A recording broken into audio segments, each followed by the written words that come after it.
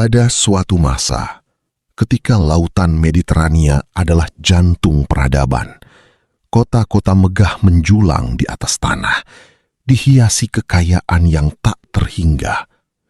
Kerajaan-kerajaan besar seperti Mesir, Het, dan Mycenae berbagi kekuasaan. Benang perdagangan emas dan perunggu merajut mereka dalam kemakmuran abadi.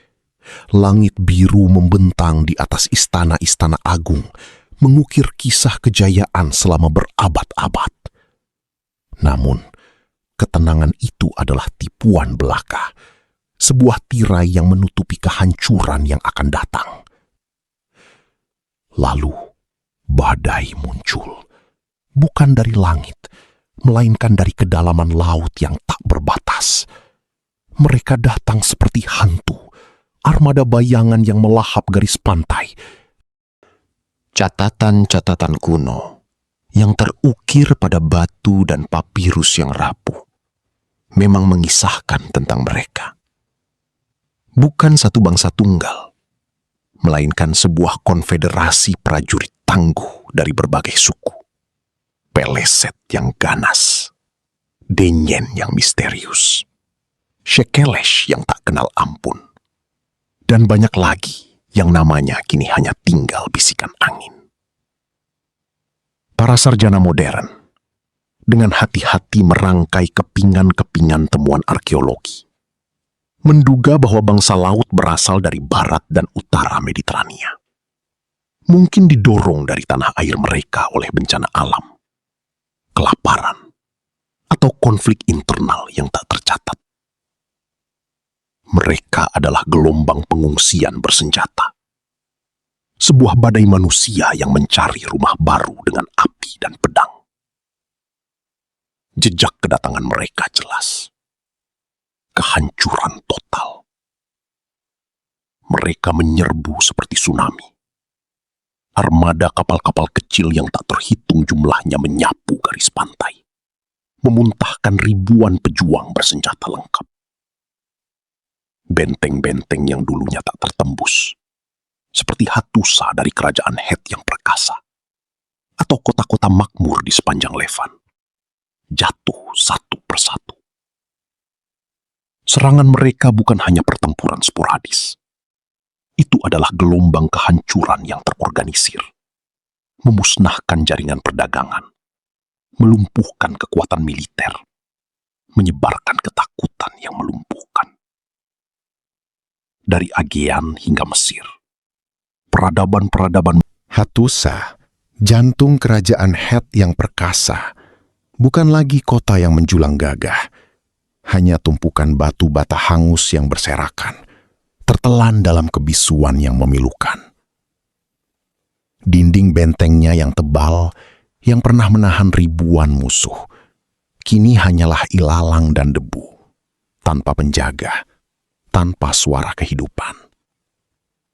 Di Mykenai, istana-istana megah yang bersinar dengan emas, yang dulunya menjadi mercusuar peradaban Aegean, kini berdiri kosong.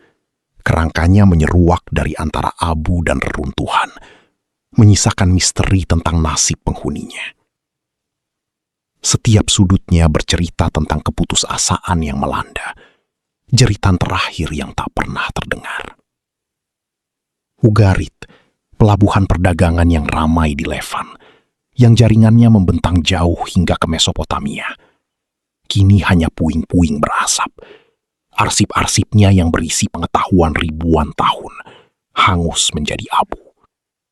Jantung perdagangannya berhenti berdetak, urat nadi kemakmuran terputus. Bahkan setelah semua yang terjadi, setelah debu kehancuran sedikit mengendap di atas puing-puing, pertanyaan terbesar justru muncul. Mengapa? Mengapa demikian cepat? Para sejarawan konvensional mencoba merangkai potongan-potongan sejarah yang hancur.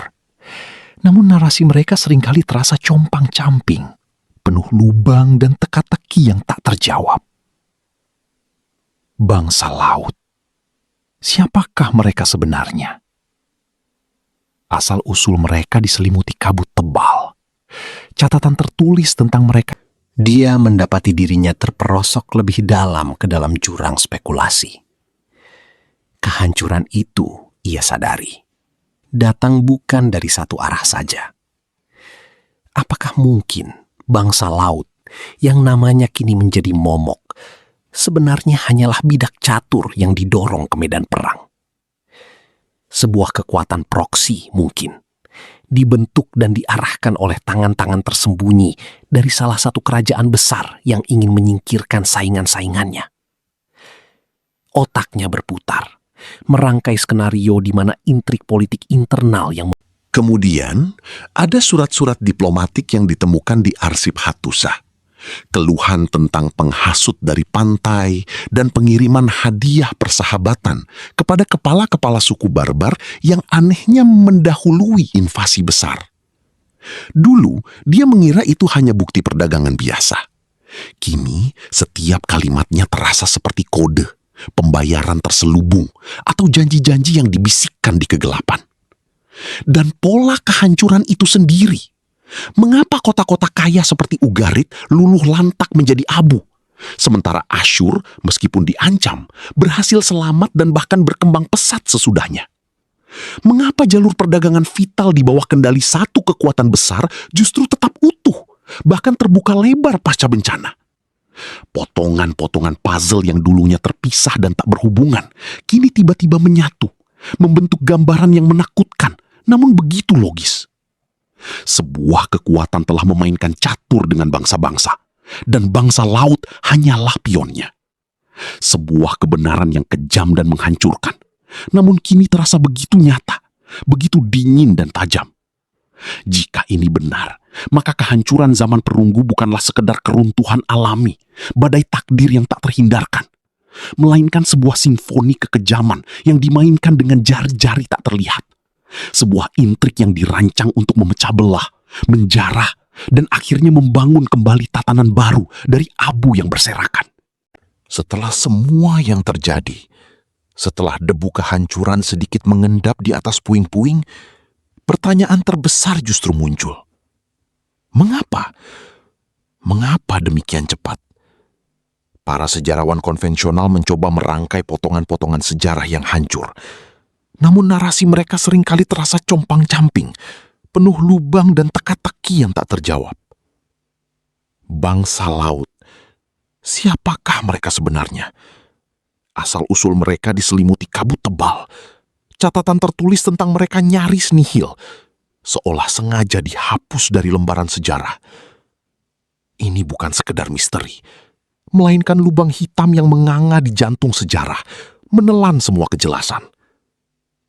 Bagaimana mungkin kerajaan sekuat Het dengan mesin perang dan bentengnya yang tak tertembus, Mikenai yang kaya raya, bisa roboh dalam sekejap mata?